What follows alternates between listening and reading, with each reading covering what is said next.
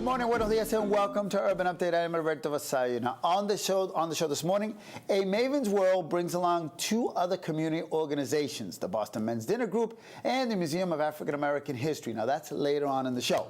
We'll also introduce you to an independent foundation whose goal is to dismantle persistent racialized economic disparities in Boston and Chelsea. More on that in just a few. But up first, with the 4th anniversary of the Boston Marathon bombing coming up later this week, we wanted to take a look at what's been described as a highly charged, vividly written page-turner about the Boston Marathon bombings. Now, it is a suspenseful novel that combines high family drama that takes place on the night of the 2013 Boston Marathon manhunt. Now, with the city on lockdown and a young terrorist on the loose. It is called We Got Him. Now, if you recall, that comes from the late Mayor Menino's tweet, who posted those exact words on Twitter when the suspect was finally captured. Joining us this morning is the author of We Got Him, Elizabeth Searle, who has she's had a multifaceted career life as a mother and novelist, short story writer, librettist, I said it right? Yes. For a widely reviewed rock opera, and she is the first novelist to write about the Boston Marathon bombing. Welcome to Urban Update. Thank you. Thanks for having me. Now, you've been watching the show for years. I have. I'm a political junkie, and Sunday morning is for watching the Sunday shows in Urban Awesome. Update. I love when we get a fan on. Our one fan. No. All right. So, you know what? I gave a little description, but I want you to give me a little more about the plot because it's really interesting. Yes. Well, thank you. I wanted to combine the Boston Marathon manhunt, which is going on, that night, with a birth. So you mentioned that one meaning of the title is we all remember, those of us in this area, who could forget that tweet by Mayor Menino, which was such relief and triumph when we got him. Yeah. And there also is, in my novel, the main characters are a couple who are having a baby that night. In fact, the woman has gone into premature labor, partly because of the tensions of the bombing week and partly because of the tensions caused by she has a grown stepson who's her husband's son from another marriage, who's been raised far away. In a way, he's like a stranger to her, the young wife, and he is a troubled young kid. And so the other meaning to me of the title is we as a society have got a lot of troubled young men around. And, it was so disturbing when the age of the surviving bomber, was revealed as 19. Well, that was going to ask you, right? Mm-hmm. There's a definite message that you are conveying in this book, and it's about that, right? It's a lot more than just that couple.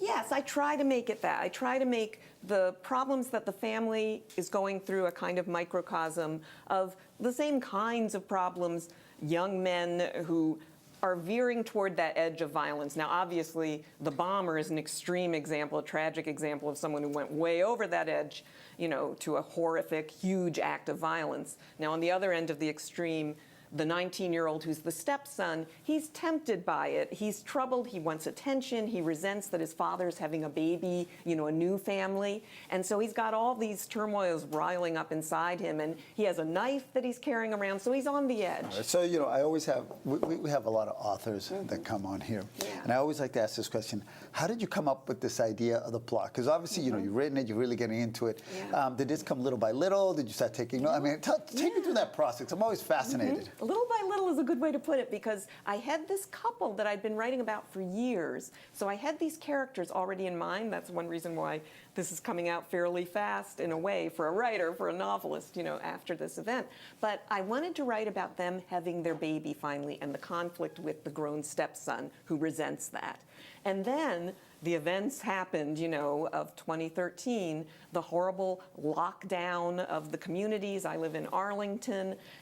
That was also horrifying. And for me as a mom, I have a wonderful son who at that time was in his young teens. But to see those faces, you remember when they first had the photos from the finish line, it was very blurry. Right. It almost could have been anyone. Yeah. It was like a dark-haired young man with a backpack and a baseball hat on. So ordinary, and I remember thinking, oh my goodness, there's going to be a lot of dark-haired young men pulled over, and taken into custody maybe, because this could be anyone. Yeah. And then as the night went on, the photo got clearer, and that really stuck with me. And then worst to me as a mom is when it finally was clear and they put up the photo, it was a student ID and it was a 19-year-old. Right. And that just hit me. And when you're a writer, if something you can't get out of your mind, and so I kept thinking about it, and I thought, what if the stepson of these characters I was developing, what if he somehow got taken into custody that night? You know, because he vaguely resembled the bomber. And what would happen? And what if that was the birth night? And then I like the idea of having a birth because that adds a note of hope. You know, to all the terrible things that were happening that night, we got him. They get their son. So you know what? I'm going to give you a chance to put up the book for Sure. folks who want to get a copy of this and take a look at it. So let's show a little bit the cover. We'll get a shot from our camera over here. We'll twist it that way a little bit. Look over there a little. There you go. Yes, there's my book. There she's getting it. Now, I imagine you had to do some research on this, right? Oh, yes. What'd you learn? Anything new? You know, I learned that the ultimate authority on something like this is the book that the state puts out at the end, you know, the report about the incident. I had some things that I had to track down. One event that weaves into my plot was the firefight in Watertown, right near the Arsenal Center for the Arts, where, you know, my son went to school near there. We knew people in that neighborhood who had, you know, men showing up at the door wanting to search the yard, all of that. The timing of that is reported differently by different newspapers because it was all happening so chaotically. So you wait, and the state puts out a book that someone said to me is the Bible. And I was lucky enough also to get to talk to police chief in Revere, Joe Caffarelli, who was actually involved in, you know, the dramatic capture with the boat in the backyard and that whole part of it. But so I was able to get some things confirmed by him. But you really have to wait until the dust has settled on this. You as a reporter and journalist know, you know. So.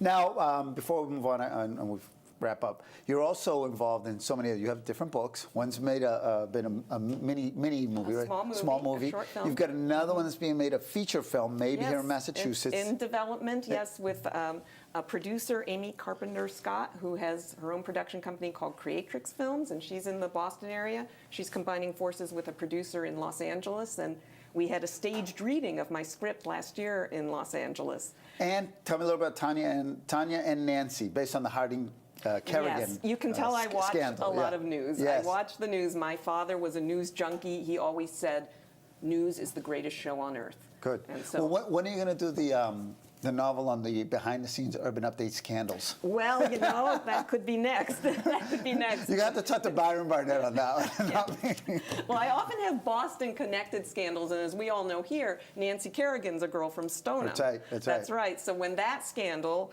the Olympic skating scandal of all time with the knee whack was unfolding, I was taking notes on that before I even knew what I was going to do with it, because I was fascinated. Well, listen, thank you for coming by. I know you got to go back to Arlington. That's right. All the way back to Arlington. Thank you so much and good luck. We got him. Thank you. Is the name of the book. All right, thank you. Don't move, because up next, a foundation with one overarching goal: to dismantle racial economic disparities in 2 specific cities. We'll tell you what those cities are right here on Urban Update.